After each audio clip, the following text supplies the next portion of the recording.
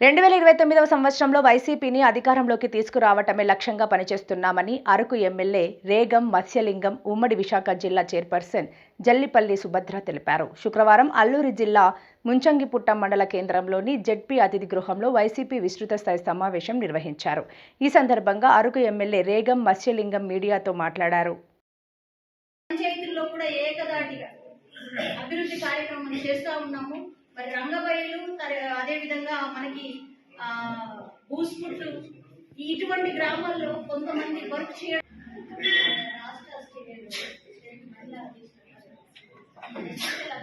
అలాగే మన పాలేరు మాజీ శాసనసభ్యులు గౌరవనీయులు ఎస్టీసీఎల్ అధ్యక్షులు విధి విధానాలు కానివ్వండి, ఈరోజు వైఎస్ఆర్ కాంగ్రెస్ పార్టీ మరింతగా బలోపేతం అవ్వడానికి గ్రామ స్థాయి నుంచి పంచాయతీ మండల స్థాయి వరకు కూడా కమిటీలను ఏర్పాటు చేసి వారికి పూర్తిగా గుర్తింపు ఉండేటటువంటి కార్యాచరణ కూడా ఈరోజు చేయడం జరిగింది.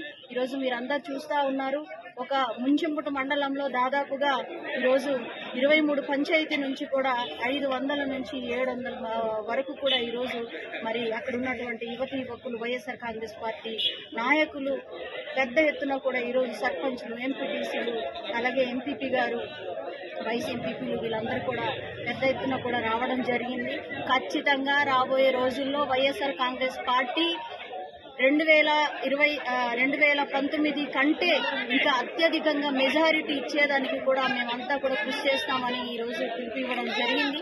ఖచ్చితంగా రానున్న రోజుల్లో 2029లో వైఎస్ఆర్ కాంగ్రెస్ పార్టీ అధినేత అయినటువంటి మా జగనన్నని సీఎం చేసేదానికి ఈరోజు అందరూ కూడా ముక్తఖండంగా ఈరోజు నిర్ణయించడం జరిగింది. మరి ఈ కార్యక్రమానికి ఉమ్మడి జిల్లా పరిషత్ చైర్పర్సన్ గారు, అలాగే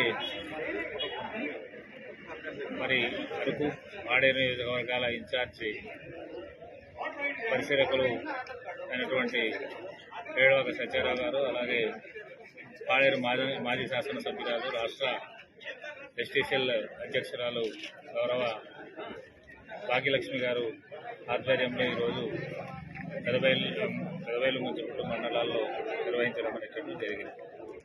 అయితే ఈ ఉద్దేశం ఏంటంటే ప్రధానంగా గ్రామాల్లో